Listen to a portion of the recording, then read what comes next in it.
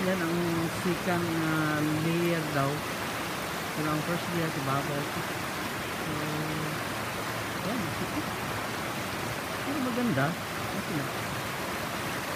Ang tubig ng dumadaloy. Pink out. First time here. So, probably karon lang yung ko nakaari kay tao man na sige ng gabi si. So, ako yung there are times yung nakaari dito. So, the narrow place where you have to go for the second level of the Kalutungan waterfalls. This water is flowing from Anaw, Natilan siguro.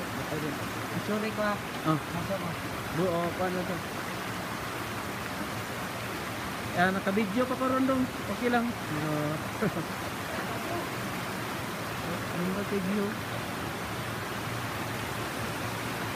So I recommend to everybody, the tourist, someone who see my video. I don't know if you like that this is the place you can relax, the place you can beat your feet. Okay.